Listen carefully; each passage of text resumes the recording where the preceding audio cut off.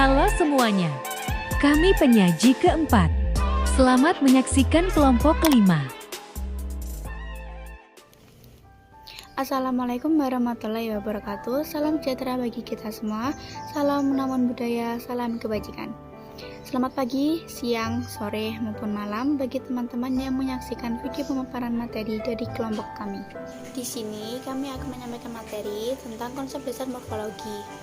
Kami dari kelompok 5, kelas 1A yang terdiri dari Fakih Himawan dengan NIMK 1221027, Fatmawati NIMK 1221029, Nobel Rajendra Rianto dengan NIMK 1221053, dan saya sendiri Tias Kusma Dewi dengan NIMK 1221075. Sebelumnya saya ucapkan terima kasih atas kesempatan yang telah diberikan kepada saya.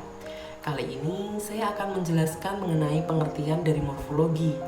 Morfologi merupakan sebuah cabang linguistik atau ilmu bahasa yang mengidentifikasikan satuan-satuan dasar bahasa sebagai satuan gramatikal. Satuan ini dinamakan sebagai morfem. Contohnya pada kata berhak. Kata berhak secara morfologis terdiri dari dua satuan minimal, yakni kata ber dan hak.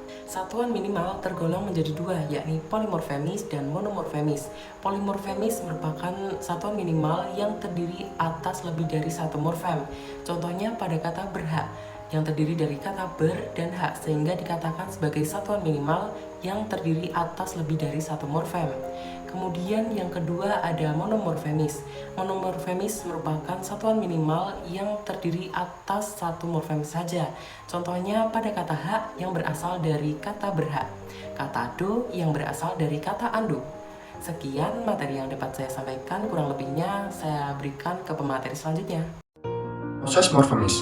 Proses morfemis adalah proses pembentukan kata dengan pengubahan morfem dasar tertentu yang berstatus morfem leksikal dengan alat pembentuk yang juga berstatus morfem, tetapi dengan kecenderungan bermakna gramatikal dan bersifat terikat.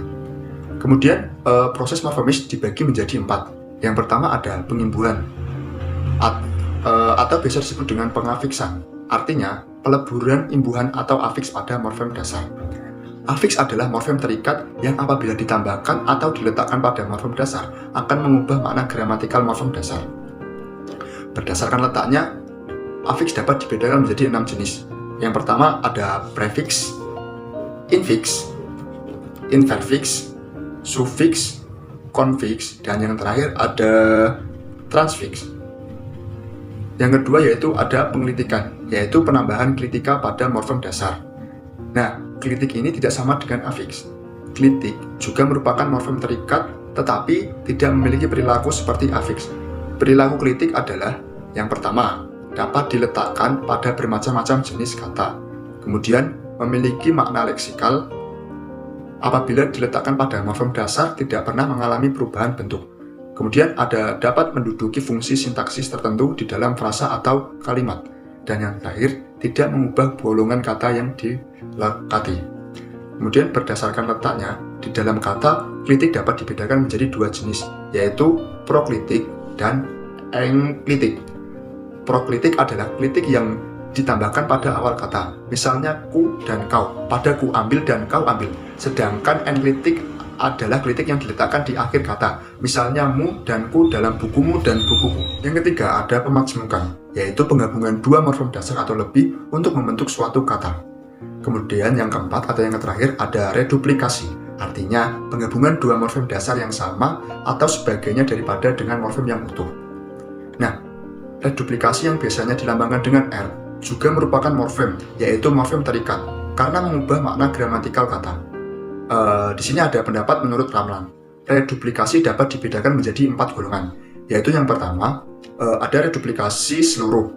Nah, reduplikasi seluruh ialah reduplikasi morfem dasar tanpa perubahan fonem dan tidak berkombinasi dengan proses pembubuhan afiks. Misalnya sepeda dalam sepeda-sepeda dan buku dalam buku-buku. Yang kedua ada reduplikasi sebagian. Nah, reduplikasi sebagian ini merupakan morfem dasarnya. Misalnya pertama menjadi pertama-tama dan berapa menjadi beberapa. Kemudian yang ketiga ada reduplikasi yang berkombinasi. Nah, pada reduplikasi yang berkombinasi ini perubahan afiks ialah reduplikasi yang terjadi bersama-sama dengan proses pembubuhan afiks dan bersama-sama pula mendukung satu fungsi. Misalnya, anak menjadi anak-anakan, hitam menjadi kehitam-hitaman. Dan kemudian yang terakhir ada reduplikasi dengan perubahan fonem. Misalnya, gerak menjadi gerak-gerik, serba menjadi serba-serbi, dan masih banyak lagi contohnya. Bentuk-bentuk morfem. Morfem berdasarkan kebebasan bertutur yaitu 1. Morfem bebas dan 2. Morfem terikat. Morfem bebas memiliki contoh yaitu dalam kata hak. Hak merupakan kata bebas yang misalkan dalam tuturan itu hak saya. Sedangkan dalam morfem terikat memiliki contoh dalam kata berhak dan undur. Bentuk morfem yang selanjutnya adalah morfem yang terbentuk berdasarkan keutuhan bentuknya. Dalam hal ini dibagi menjadi dua, yaitu morfem utuh dan morfem terbagi. Yang pertama adalah morfem utuh. Morfem utuh adalah morfem yang terdiri dari satu kesatuan. Semua morfem dasar, baik bebas maupun terikat, serta prefix, infiks, sufiks, itu semua termasuk dalam morfem utuh. Contohnya adalah kata meja, kursi, laut, dan bolpen. Nah, morfem yang kedua adalah morfem terbagi. Morfem terbagi adalah morfem yang terdiri dari dua buah bagian yang terpisah. Contohnya pada kata dasar 1 yang mendapatkan imbuhan awalan ke dan akhiran an yang menjadi kesatuan. Nah, bentuk morfem yang selanjutnya adalah morfem yang terbentuk berdasarkan jenis fonem yang membentuknya. Dalam hal ini dibagi menjadi dua, yaitu morfem segmental dan morfem suprasegmental. Morfem segmental adalah morfem yang terbentuk berdasarkan fonem segmental.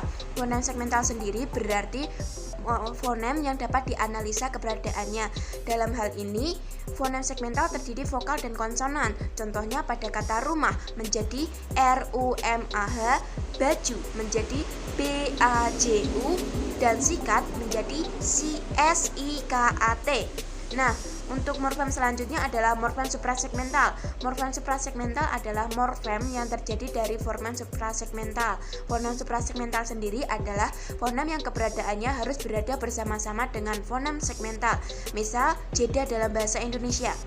Morfem suprasegmental ini dibentuk oleh unsur-unsur suprasegmental seperti tekanan, nada, durasi, dan sebagainya. Contohnya adalah Bapak wartawan, Ibu guru. Yang keempat, yakni morfem barimorf 0 atau 0. Morfem barimorf 0 atau 0 seperti lambang yang ada di PowerPoint tersebut, yakni morfem yang salah satu alomorfnya tidak berwujud bunyi segmental maupun prosodi, unsur suprasegmental, melainkan berupa kekosongan. Contohnya pada bentuk tunggal, yakni I have a book dan I have a sheep, yang dimana bentuk jamaknya yakni I have two books dan I have two sheep. Nah, morfem dasar. Morfem dasar adalah morfem yang dileburi oleh morfem lain. Nah, morfem dasar ini dibagi menjadi 3 dalam bentuknya. Yang pertama ada morfem pangkal, morfem dasar yang memiliki kebebasan. Contohnya do dalam kata ando dan hak dalam kata berhak. Kemudian yang kedua ada morfem akar, morfem dasar yang berbentuk terikat. Morfem ini harus mengalami pengimbuhan. Contohnya pada kata walk menjadi walks, walked maupun walking. Kemudian yang ketiga morfem pradasar, bentuk morfem yang membutuhkan pengimbuhan atau pengelitikan atau bahkan pemajumukan untuk menjadi kata bebas. Contohnya pada kata makan mendapat imbuhan menjadi memakan dan dimakan. Contoh dalam pengelitikan, kami makan dan saya makan. Kemudian ada contoh dalam kemajemukan, yakni kurang makan. Nah, materi keempat sekaligus materi terakhir dalam pembahasan ini adalah alternasi alomorfemis. Alternasi alomorfemis merupakan fonem dan morfem tertentu yang direalisasikan secara konkret dalam bentuk alofon, dan alomorf menurut lingkungannya. Contohnya adalah pada imbuhan men dalam bahasa Indonesia beralternasi menurut lingkungan dalam mengubah bentuk me dalam merusak, men dalam memasak, dan meng dalam mengatur. Nah, dalam alternasi alomorfemis ini dibagi menjadi 2 kaidah, yaitu kaidah morfofonemis yang berupa fonemis dan kaidah alomorfemis yang tidak berupa fonemis.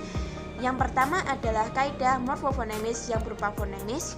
yaitu kaidah ini menyesuaikan bentuk alomorf yang bersangkutan secara fonemis. Bisa dikatakan morfofonemis ini hanya mengacu pada fonem-fonem saja. Contohnya pada imbuhan men, jika bertemu m dan b berubah menjadi mem. Misalnya pada kata men plus baca menjadi membaca. Lalu jika bertemu dengan s, maka akan berubah menjadi menj. Misalnya pada kata men plus sapu berubah menjadi menyapu. Nah, kaidah yang kedua adalah kaidah alomorfemis yang tidak berupa fonemis. Kaidah ini tidak mendasarkan diri pada bentuk fonemis. Yang dipermasalahkan di sini adalah morfem-morfem yang tidak teratur. Contohnya imbuhan verbal di menggantikan men pada kata mengerti menjadi bukan dierti melainkan dimengerti. Sekian materi yang dapat kelompok kami sampaikan. Apabila ada kurang dan lebihnya, kami mohon maaf. Terima kasih. Wassalamualaikum warahmatullahi wabarakatuh.